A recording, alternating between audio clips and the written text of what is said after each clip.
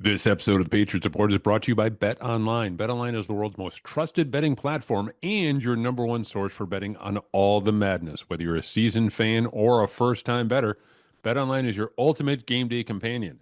With the largest selection of odds on everything from college basketball to a $200,000 bracket contest, Bet Online continues to be your number one source for sports betting. From every Cinderella story to every hat trick, BetOnline has you covered with odds, stats, and more for every game, every play, and every win. BetOnline, the game starts here. All right, Chris, I got to ask you a quick question right off the top here. Yep. I saw that DK Metcalf contract right out of the gate after the trade to Pittsburgh. And I got to ask you, in your head, did you think, hey, maybe one more year? Maybe run it back one more year, get back in the game? Does Chris Hogan still have, one more season left? Dude, Maybe. I'm seeing all these contracts come across the board. I got Schefter on my hit list over here. Everything pops up every single time on my phone. And I'm seeing all these contracts. I'm like, man, and I'm not, mind you, I'm also watching the combine last weekend and Mhm.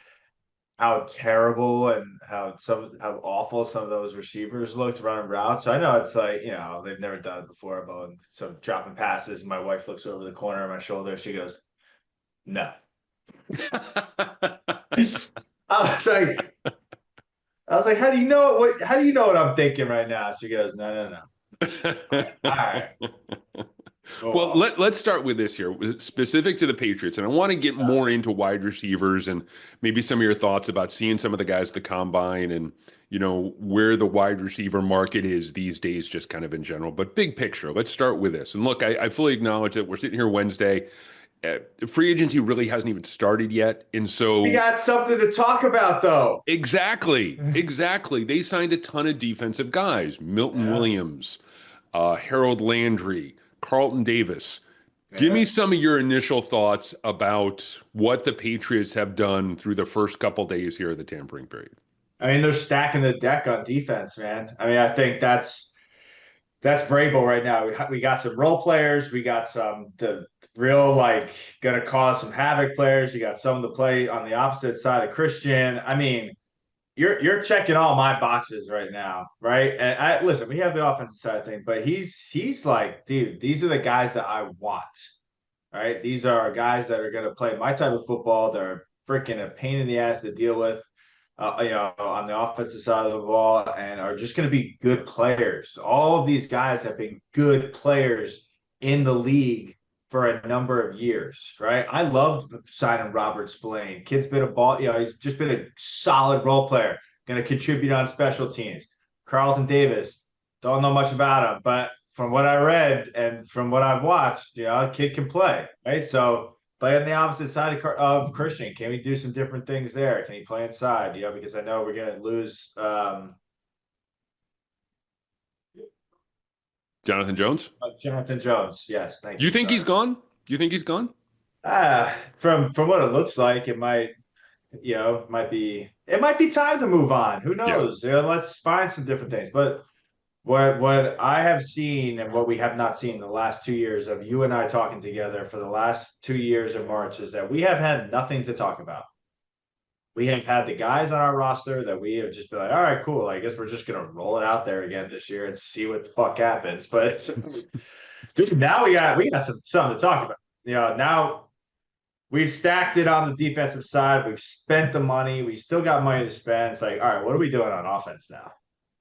So I think that's the biggest question I think you and I both have is there is a position that is overwhelmingly in need of some support. Who's that going to be? Well, I think they've gotten two guys on Like Mack offense. Hollins. I like Mack Well, Hollins. here, let's start with that then. Tell Yeah. me a little bit about Mack Hollins because I have stood on the table up here in New England letting people know just what kind of guy Mack Hollins is. He is not only a guy who has experience with Josh, who knows what Josh is going to demand of his wide receivers, but he is also a very willing special teamer, and he's a little bit nuts in the best possible way. We can podcast for days with that kid, man. I mean, we're going to sit here talking about what type of outfit is Mack Hollins wearing? Is he wearing shoes today? He's eating freaking steak and lobster mac and cheese with his freaking hands because, but not. I really I loved him in Buffalo. I think that he has gotten better. He's progressed over the years. I think that he was just a. I don't think he was a very good receiver a couple years ago. I think that he was just a role player. I think in Buffalo, I mean, he wasn't a go-to guy, but he also made plays down the field. He's a big body. He's going to contribute on special teams, and he's just got some good freaking energy about him, man. It's like on the defense, when you're playing against a defense, you got a guy that's always like, oh, like incomplete, but you didn't really do anything because receiver dropped the ball. It's like, that guy pisses you off. But this dude makes plays and he's gonna let you know. And I just like that attitude, man. I think that's like the other side, Vrabel bringing in someone like that, going to be a guy that's going to give a little spark to this offense when it needs it. A good role player, someone that Josh will be able to use very effectively in the run game and in the pass game. There is a willingness there, like I said, when it comes to special teams as well. He played, I think, somewhere in the neighborhood of 50% of the special team snaps his first couple of years in the league. This is also a guy who, again, has that shorthand with Josh. You're not expecting him to be a number one wide receiver. Let's set the level of expectation here with him. Let's be very clear about that. This is not a guy who's going to come in and catch 100 passes, but this is a guy who is going to do a lot of stuff for you. He is cost effective. He's a role player. Excuse me. And again, he's going to be the kind of guy who's going to keep things a little bit loose. He's going to have a great attitude. This is a really good. I was talking about this with someone the other day. They did a good job with Hollins, the very least, just to build up the middle of that roster. The middle You class of need that a roster. guy. You need a guy like this in that room, right? That room is beat the shit. Like everyone's talking about how bad the wide receivers are, and I don't believe that. Listen, these guys are NFL football players, and I've listened to the noise my entire career. I had to listen to me, Danny, and Julian be talked about that we were awful receivers, and yet we all started at 3 Super Bowls 3 years in a row, and we're some of the best wide receivers in the league. I don't care what you say or who was our quarterback. We got out there and did it and proved that we're wrong. So like there's a little bit of the chip that he brings into that room, but he also brings a ton of leadership, right? He's been in the league, a guy he's got that positive attitude about him. And I think what came to my mind right away when we signed him was this guy's going to be awesome for the younger guys, right? They're all going to be walking around with their shoes off and doing some grounding there over there in Boston and eating with their hands. And like, shit, I'm all for it. I'm all for it. If it gets these guys up to speed, if it gets Polk, Baker, I'm not worried about, some of the other guys, but like get these guys, get them going, man. Like change up their routine or their attitude or whatever it is just to forget about last year, move on, be positive, and go into this year kind of with a fresh start, which is kind of what we're doing. Clip and save this because we're going to want to hold on to this for the end of the year this year because I firmly believe that Mack Hollins, if he performs the way that we think he's able to perform and interacts with his teammates and fans and all of that, he is going to be a folk hero in New England this year. This is going to be a guy that people are going to go crazy for. I firmly believe that based on what he's done before. And again, I'm not saying he's going to win the MVP this season, but this is the kind of guy who you need guys like this on your roster if you're going to want to be a competitive team. They also signed Morgan Moses, right tackle. They still need to address the left tackle position. They could do that with Cam Robinson, perhaps. They could end up, making a trade or end up going into the draft looking for, the left tackle of 2025. But let's go a little bit more into this group of wide receivers specific to New England. I want to ask you about DK Metcalf. In all seriousness, the Steelers got him for a second round pick. He ended up signing $150 million. I think the average annual value of his deal is $33 million. Did the Patriots miss the boat here? Should they have been in on DK Metcalf for a second round pick and then talking about extending him? Or are there other areas, there are other guys that could fill that role? Or is it maybe more complicated than that? Yeah, I mean, who knows, right? I mean, it's like damned if you do, damned if you don't. Who knows? I mean, DK could go out there and just be a complete flop, this year in in the Steelers. New guy throwing him the ball, new system. It's not. Listen, do I think that he's a very good wide receiver? Yeah, 1,000%. Is he a guy that can take over games? 100%. But I also watched a lot of games last year where he did not look good. He didn't. And it was whether it's his age or his attitude with where he was at and the team that he was at. I think there are some things, I don't know if that's the guy that Vrabel is looking for. And it seems like to me that he's just not going out signing guys. Like I guarantee, listen, Stephon Diggs is still out there. Can guarantee you he's not bringing him into New England. Well, I can't guarantee anything, but that's just, I don't think that's the type of guy that he's trying to bring into a certain situation. So listen, hats off to DK for getting a contract like that. Well deserved, right? I mean, guy's been a fantastic football player and a guy that can take over games for a number of years. I don't know if we can really we could sit here and debate for forever, but we also haven't. We're not in those meetings, and we don't really have those conversations. And that's between Elliott, the staff, Vrabel, and it's like, all right, what are we willing to give up here for a guy that's in his 9th year in the league? He's been around for a couple of years. Yes, he's been around for a few seasons. Let's just say that he's been around for a few seasons. Yeah, eight or nine. He's up there. So, um, yeah, I don't know. I mean, we'll see this year and see how he does in Pittsburgh. But I can't say that we really missed the boat on that one. I think there's some other guys out there that we can make some noise with and be good role players that Josh can really lean into and do a lot of different unique things in that, with his offense.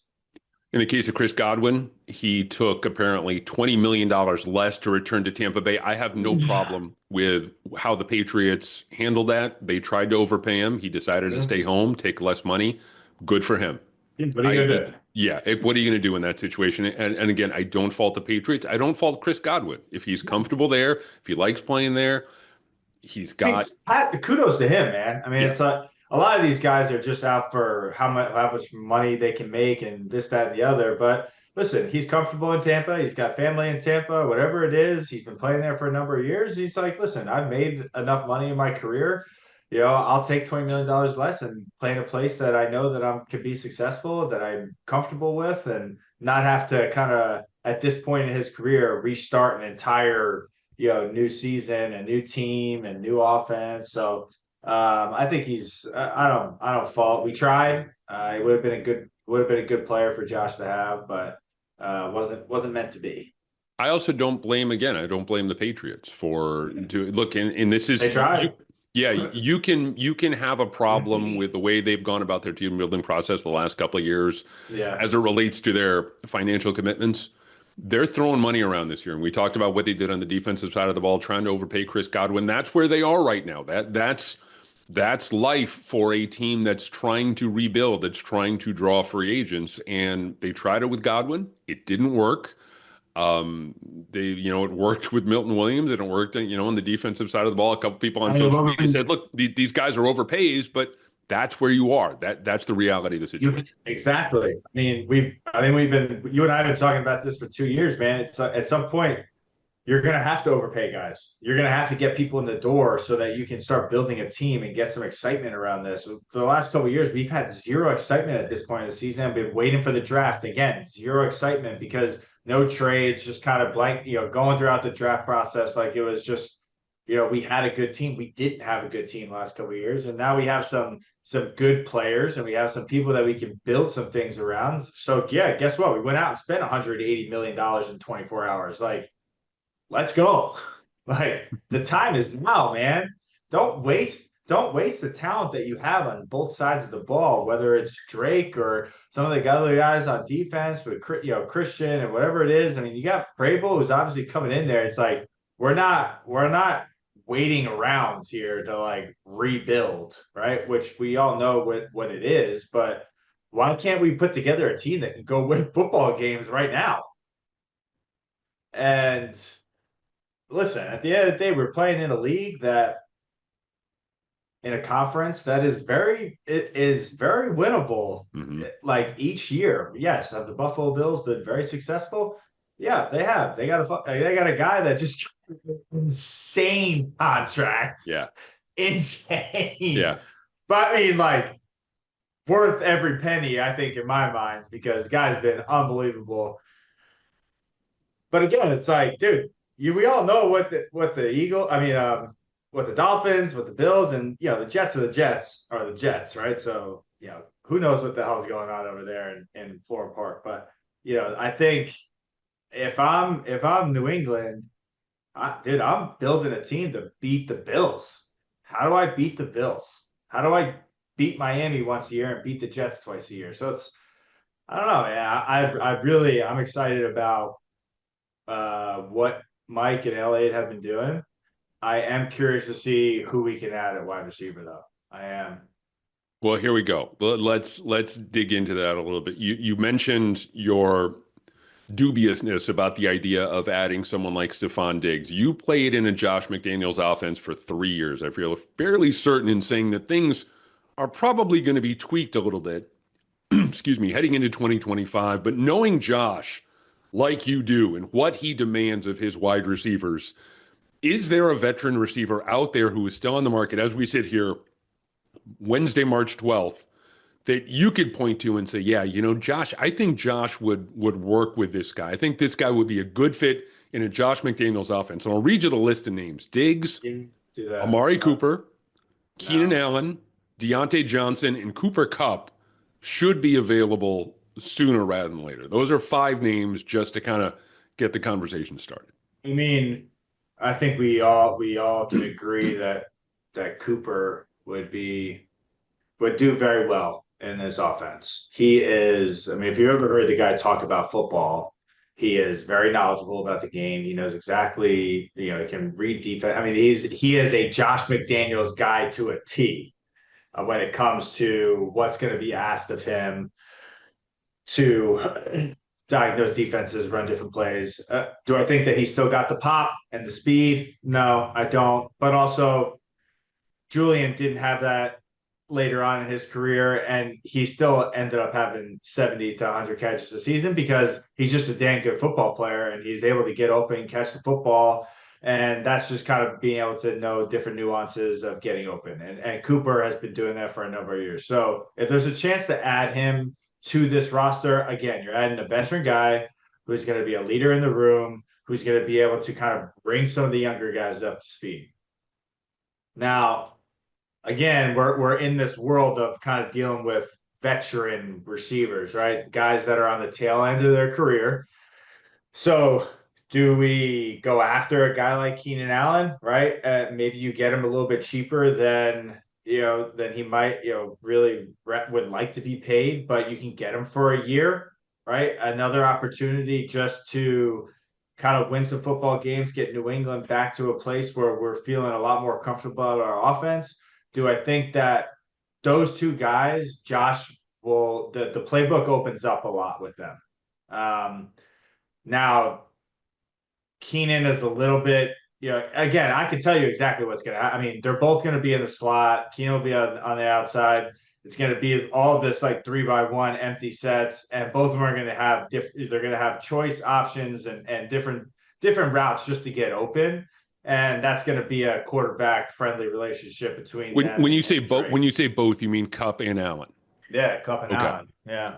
Um, you got guys like Mack that are going to be able to be on the outside, that can clear stuff out, that can make plays down the field when they need to be, and then you got the other guys. I mean, so listen, I think you try to add as many receivers as we can.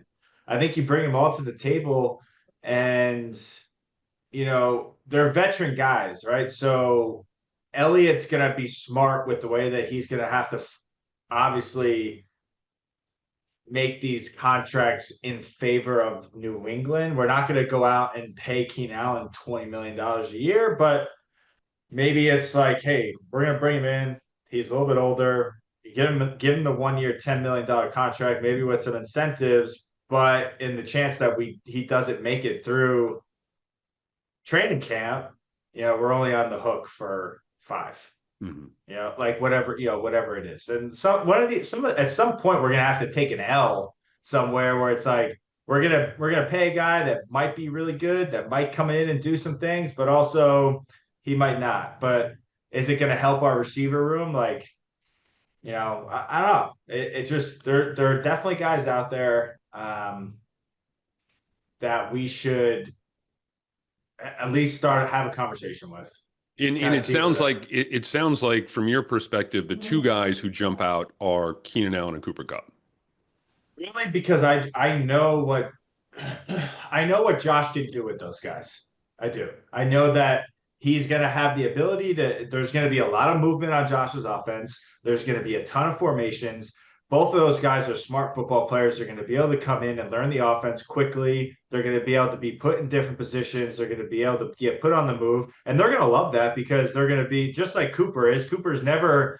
He's rarely standing still. He's always off the line, and he has the ability to have free runs at the defense. So having both of those guys out there doing different things and having the ability to run option routes that are down the field, that obviously take a little bit of time to develop, but like, all right, cool. How is Josh and the offensive line coach going to create this protection around Drake so he's not just always on the run? So I like the idea of both those guys for the pure fact that they know how to get open. They know how to play the game. They know how to play receiver. They've been doing it for a number of years, and I think that they would. They're not burners by any means, like, and they're not going to take the top off anything. But are they going to be? Can they help Drake? Are they going to be a guy that's going to be able to be in his year and kind of help him progress as a quarterback? Yeah, I do. I do think that.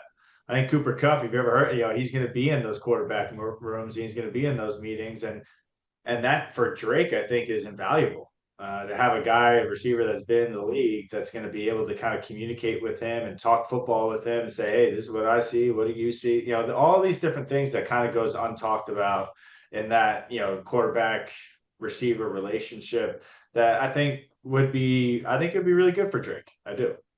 Let's assume that they would make the money relatively competitive, as you alluded to before. If you're Elliott and you have a pitch to them, or you as a former player, if you can pitch them, if they get Kendrick Bourne in the room, for example, and what is Kendrick Bourne telling these guys, pitching them on playing in New England, playing with Drake May, being a part of the New England offense with Josh McDaniels?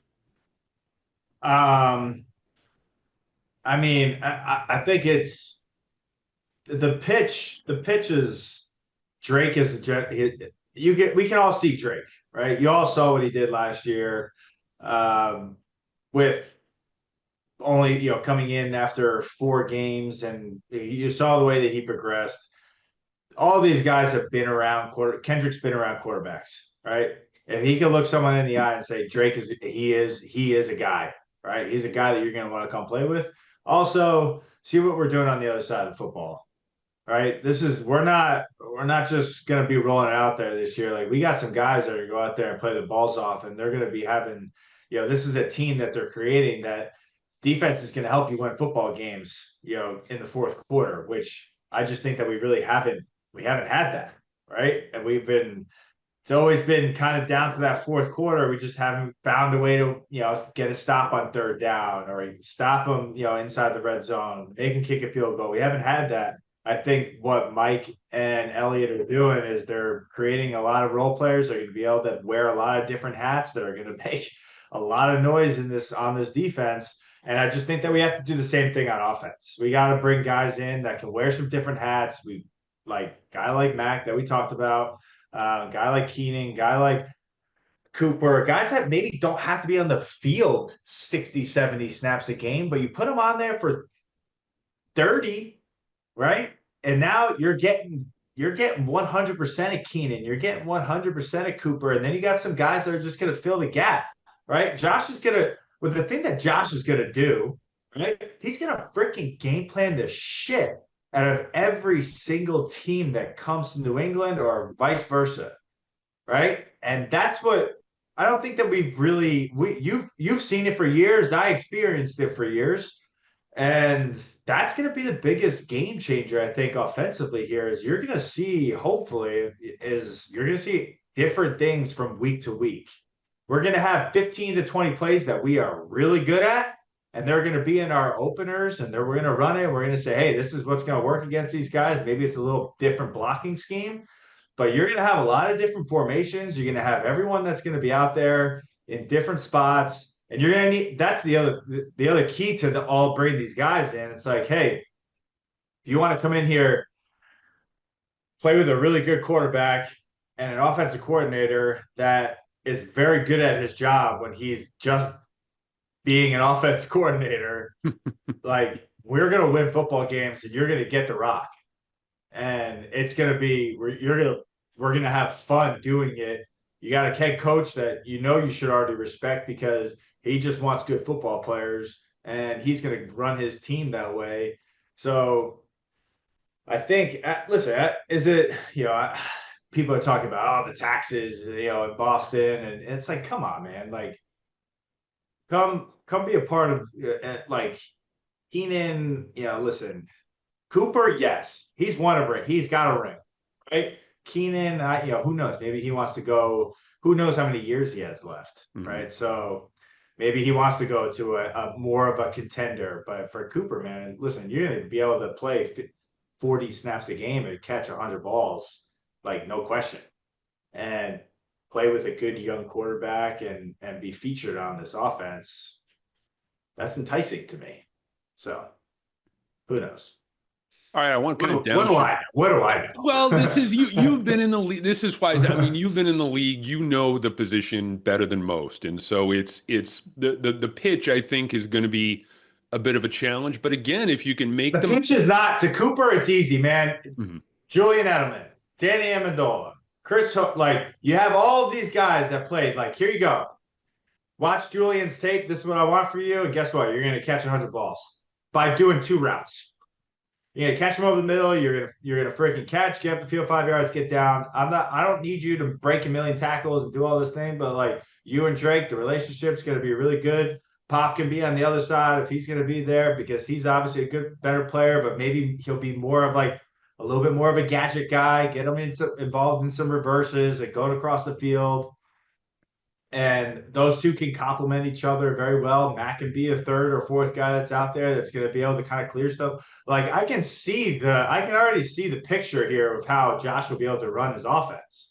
He's got a tight end that's going to be reliable. He's going to have two receivers and Pop and Cooper that can be extremely reliable that are just going to be, hey, we're going to run these routes. Cooper, I'm going to expect you to be able to run these option routes or a little bit down the field, based off of leverage, one way or the other, just get open. That's to me that's all I need to tell you, right? And you got a quarterback that's going to be able to get you the rock. There you go. So Yeah, that's and that's what it comes down to. That's really again, if you can keep the money competitive, yep. you can be part of a very or what could be a very special turnaround in New England. I want to kind of downshift a little bit to some of these college wide receivers, and I get the sense from watching or hearing from you about watching the combine, you were not impressed with this group as a whole. There's some guys who stand out for you, maybe. There's some individual performances, and I want to kind of get into a couple of those guys. But as a group, you were maybe a little bit disappointed. Yeah. I mean, I watched it, that's always one of the days that I'll watch and it just I know that the combine is a unique process and they're not, they're in meetings for hours and, maybe not in the, warmed up the best or they're tight but like, I don't know, man, watching these guys run routes, it's like, God, it seemed like all these guys have ever done was just run straight. You asked them run a 7-step glance or, and it was just like, just did look good. I mean, there were some guys out there that looked good. Don't get me wrong. There were some guys that you'd be like, okay, cool. You can catch, but what I saw was a lot of guys that were drifted upfield, that were just hesitant to catch the football, that didn't really stand out, in my opinion. again, I'm not great with names. There were a few guys that stood out, but it doesn't seem like this class is that strong, is all that strong, in my opinion. What do you think of Travis Hunter? Or Uh, I'll say this, what do you think of Travis Hunter? Because now we're starting to see draft scenarios, mock drafts, where they're saying, okay, well, Cam Ward's going to go in the top three.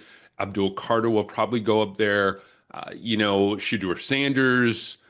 And there's some talk that he could be there at number four. Now, anyone who's followed me on social media knows that I'm a huge Travis Hunter guy. He is one of one. We've discussed this before. There is no one else out there, either in free agency or the draft, that is like him. And no. I'm curious to get your take about him. I don't know how much you watched him specific to, the wide receiver position, but I'm really intrigued by the guy. Yeah, I mean, listen, he is a generational talent, right? He is arguably the best athlete that has played college football in quite some time. Being able to do what he was able to do on both sides of the football. That being said, I think that he's probably more of a refined cornerback. I think that that's his natural position. But he also is capable of making a lot of football plays with the ball in his hand. And I mean, listen, if he's there at number four, well, I don't know how you could pass that up. I really don't, unless someone comes to the table with a trade proposition where we're getting someone that we need, whether it's a right tackle or a receiver, and some draft picks in the future. I think that that's very a viable option. Now, where does he fit in New England? I have no freaking idea because you just paid a guy to be on the opposite of Christian. You have Christian. Is he your slot guy? Is he a outside corner? Is he your number two receiver? Does he play inside? Like, listen, Josh will have an entire playbook just for him, just to give him opportunities to get the ball in his hands. So that I'm not concerned about, but it's where does he fit in the picture? And I think that's a legit question. Like, where does he realistically fit on your roster on both sides of the football? Because that's what he's gonna want to do.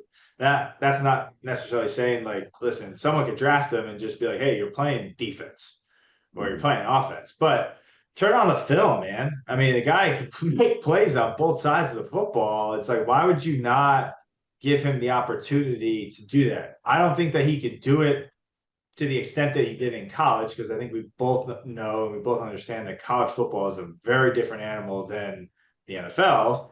And it'll be a lot harder for him to do that on the scale that he did it in college. But do I think that he could give you 10 to 15 plays on offense and play 40 to 50 on defense? Yeah, I mean, I do. So he's interesting, man. That's an interesting player. If he is available at four, I don't know how you pass that up El- because you just Elliot had the have. best phrase, I think, and I think we may have even talked about this. He said he presents himself as a guy who can major in one and minor in the other. Oh yeah, You he could know, be at least at he least could at the be start of his career. he could be a double major for all we know, right? And it's like, how about this? What if, right? Again, what we just did on defense, I don't know where he fits. Unless you're just gonna you're paying a guy. What was Carlton Davis's contract? I mean, it was 60 mil. It's like 3 years, 60 mil, I think. Yeah. So you're gonna tell me that we're gonna have listen. I'm all for competition, but one of those guys is gonna be sitting on the bench. That's kind of crazy to me. That's not going to happen. Yeah, that's not yeah, gonna happen. yeah. So where does he fit on the defensive side of the ball? I'm good. Like, hey man, you want to be our slot? We need a guy that's gonna be out there, for X amount of plays in our nickel packages, and then on offense, listen, you're gonna have to get him in the building and kind of see what works. I don't think you're gonna have one thing that's just gonna work right away, but can he go out there and play 25 to 30 plays on offense and just be out there? Like, he's going to draw attention. So he's going to have eyes. Like, he's going to be a guy that you're just going to be able to give him the rock. And then he's also going to be a guy that's just going to be a distraction. Okay, 12 is not, or whatever number he's going to be in the NFL. Like, he's on the field.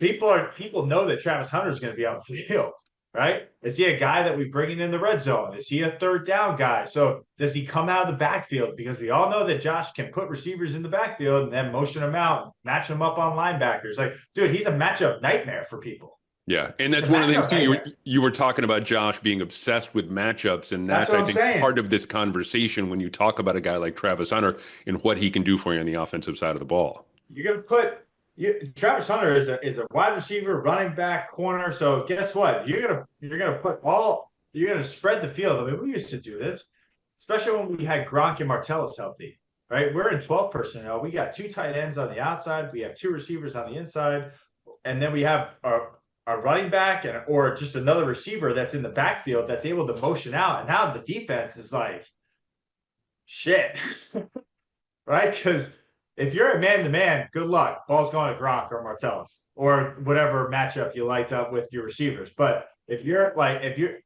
it's really going to create a lot of chaos for people that are going to try to match up against us if we have those types of guys that were able to motion out of the backfield, kind of create a little bit of controversy. And now all of a sudden you have teams that are not going to be rushing the quarterback as much because they're just so terrified of getting beat by just the offense in the pass game. And you're just going to be able to create a lot of plays and a lot of mismatches for Drake that he's going to be able to go out there and get the ball out of his hands quick. He knows, hey, I got Travis Hunter on a linebacker. Great. I know where I'm going with the ball. It's easy, man, right? I mean, that's how Tom knew exactly where he was going with the ball the second that he walked up to the line of scrimmage, just off the matchup. So I think that's what you're going to get with Josh, which is very exciting to me. So, and Travis Hunter just adds another layer to that, to the preparation that he does for week to week against whatever team he's going to play. I have one more comment on Travis Hunter, and then I have one more question for you on this as well. He's a big personality, and I think that if he went to a certain team, I think there are coaches out there who might be a little bit overwhelmed when it comes to dealing with everything that comes along with Travis Hunter. I think Vrabel's the kind of guy who could handle it.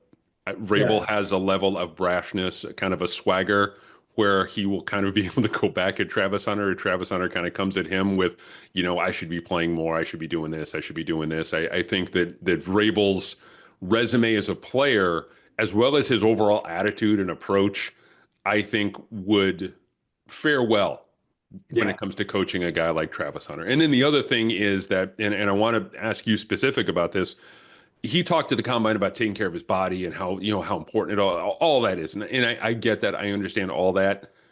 I think the big challenge for him at the next level is going to be more logistical because, as you know, are you going to be in a DB meeting? Are you going to be in a wide receiver meeting? How are you going to best use your time in the facility, especially as a rookie in the National Football League? And I think that's where the questions come into play, at least as far as whether or not he can make that transition to playing both in the NFL.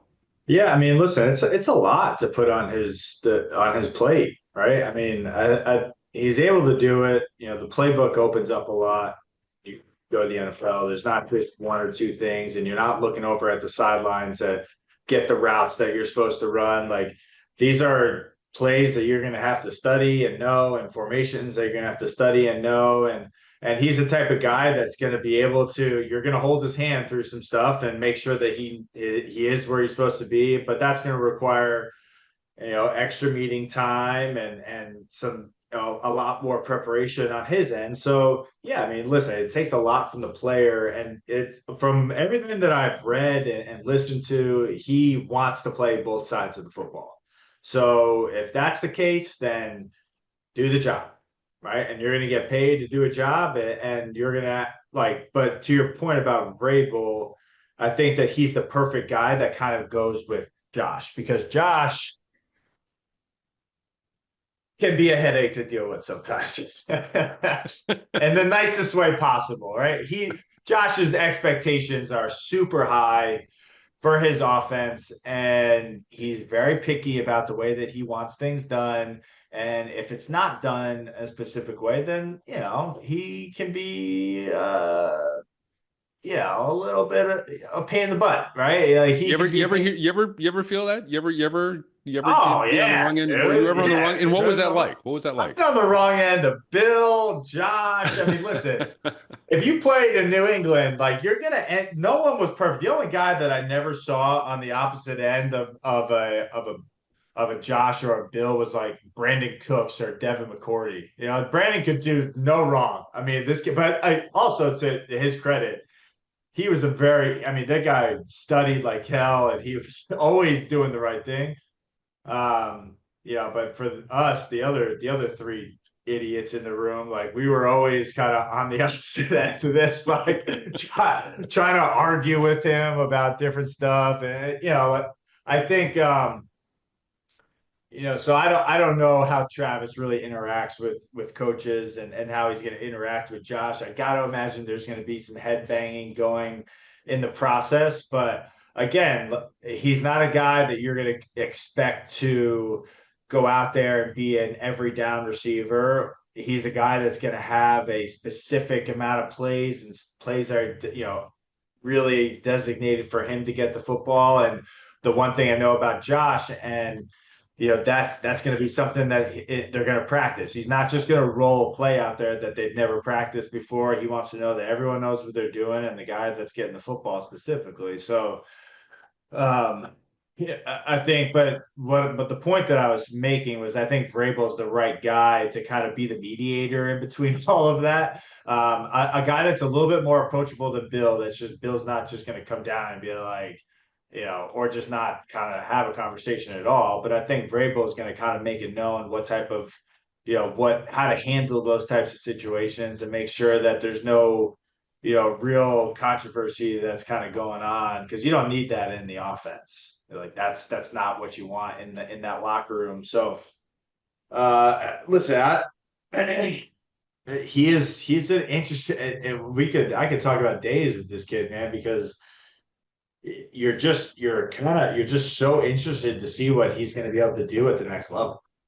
Really, I'm really curious. He's just, again, he's got, and I think we've even talked about this before, he's got world-class speed. He's Tyreek Hill, and oh yeah, he can also play cornerback. I know that he doesn't have the kind of the refinements in his game that we've seen from Hill over the last couple of years, but again, he is a unicorn. The Shohei Ohtani fan in me Yeah, is, it appeals to me, the idea of being able to see this guy work on a regular basis. And also to, like I said, man, he would bring, we talked about this with Mack Hollins before. I think you introduce Travis Hunter into this environment, it's going to be fun. It's going to be fun again. It's going to be yeah, fun to watch football, because you never know what you're going to get with that. And again, look, part of it is just me as the sports writer rooting for the story as opposed to the sure. whatever. But the fact that you're going to be able to have a guy like that on a regular basis down there, well, sure, sign me up for that, man. I got no problem with it. Yeah, I mean, there's really no way of telling. Let's just say we live in a world where we are taking Travis Hunter at number four. There's no really know from the way of knowing how it's going to go or how it's going to play out, but you can bet your ass that there's going to be a very long line come August to get into training camp just to see that guy perform, play, and there are going to be no empty seats in Foxborough for the first couple of weeks. That's for sure. Because everyone's going to be so interested to see what, New England has in store for a player like that. The one thing that I thought was interesting was, you talk about a guy that can do so many things with the football in his hands. He was not very excited about returning. Mhm. He did not want to be a part of the return game. And, I think that any team that gets a guy like that without really knowing what his role is going to be on offense or defense, like I got to imagine the special teams coach is going to be like, listen, man, like I need you to return a punt or two. Like this is your chance to make, we all know that those types of plays are going to can change the course of a football game. But also, like, depending on what his role is on both sides of the football, that's just another opportunity for him to kind of go out there and take an unnecessary hit or something. Like I got to imagine there's going to be some conversations that, next year. We talked, last week with Brad about the kickoff, because that really, I don't know if that really worked out to everyone how they thought it was going to work out. I think we're going to see more, keep seeing more returns, and it's going to be a pretty, physical play. So, I mean, it would be exciting if we took a guy like that, but also if we traded and we got some picks and we got maybe a player here or there to kind of bolster the offensive line or another role player on offense in the skill position, like I wouldn't be mad about that either. I think that would be a smart play too. Everyone and their mother was going to be like, "Oh my we left Travis Hunter on the board, and he's gonna go out there and be like rookie of the year, and New England's they're gonna freaking have Elliott Wolf's head on on a stick outside of New England." But it's like, dude, man, like you know you're trying to build a football team, and I think that those two guys are gonna do what's best for this football team right now. And everyone has to be excited about what they've done in the last 48 hours of free agency. They got something. We got something to talk about right now. We were trying to build a team. We're spending the cash that we have. So, and we still got some time here, until free agency ends. And obviously, listen, dude, we're going to sign players all the way up until August. All right. So, um, I'm liking the trajectory of what we're doing this year as far as building a football team, and not with the draft. I'm talking about free agents that are good football players that are going to help this team get back to, where we need it to be. What's a step up from cautious optimism? We need to rename this the genuine optimism podcast. What it's just it feels like we're kind of in look. I understand every year the off season it's the same kind of way where you start to feel better about the team, and it's a whole different story in September and October, November. So maybe we'll revisit it then. But Yeah, for now, we're a little bit more than just yeah, cautious we're a step up from cautious optimism to just maybe pure Pure optimistic. optimism. Yeah, There we just go. pure We'll look into optimism. that. Hey, there's one more question I have, and I'd be remiss if I didn't ask this, and it kind of goes back to free agency. They signed Josh Dobbs to a 2-year contract. Backup quarterback Josh Dobbs to a 2-year deal. Should we be worried about our guy Joe Milton heading Well, into the he's spring our and the summer? oh, well, he's our guy Yeah, now. I think listen, Josh, you need a guy that's going to be able to that's been in the league. That I mean, that backup position is very unique, but also crucial to have.